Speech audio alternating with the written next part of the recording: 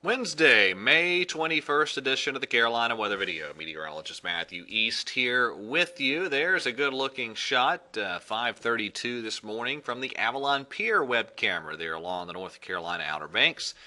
It's a mild morning over that way, 65 degrees the temperature there with a southwest wind around 7 miles per hour.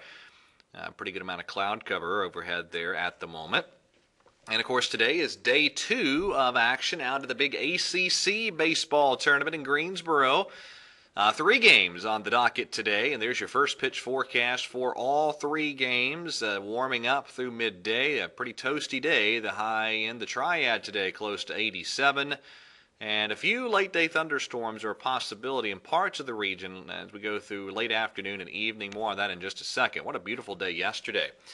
Upper 70s and lower 80s all around the region. 78 the high in Charlotte and Greensboro, 79 in Raleigh, 71 degrees in Boone. This morning it's milder than where we have been, with temperatures sitting in the 60s in the vast majority of the region. Dew points are climbing, still in the 50s, but we were in the 40s for most of our dew points at this point yesterday, and we'll be in the 60s for dew points later today as the moisture returns, meaning a much more warm and muggy feel to the air here over the next couple of days. Now, this is the type of setup where we have a northwesterly flow aloft in place, and we'll have to keep a watch out for any complexes of thunderstorms off to the north of us to try to drift our way. Let me take you on a tour around the radar imagery here on Storm Tracker this morning. Just some clouds overhead in some areas this morning, but several complexes of storms off to the north of us, and you can just see it's a relatively active pattern up that way, and we have to watch out for any of those little complexes of storms making a bit of a right-hand turn and heading down in our direction.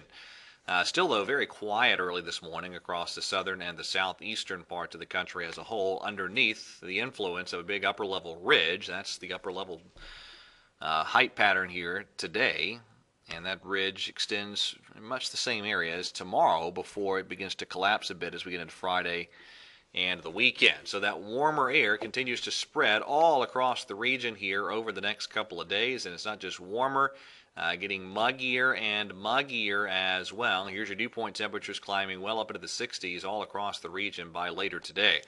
Highs much warmer too, well up into the 80s, even around 90 in Fayetteville, 91 in Columbia, 89 in Charleston, and it will be even a bit warmer tomorrow, with highs in the low 90s in many spots across the region, maybe just shy of that in Greensboro, but certainly a warm and pretty steamy Thursday is on the way. Now here's the surface map. Watch that next cold front. It's still well off to the north of us today, but again, you see that little potential, at least, for a complex of some showers and storms to, in a decaying fashion, try to drop into our parts of the region this evening.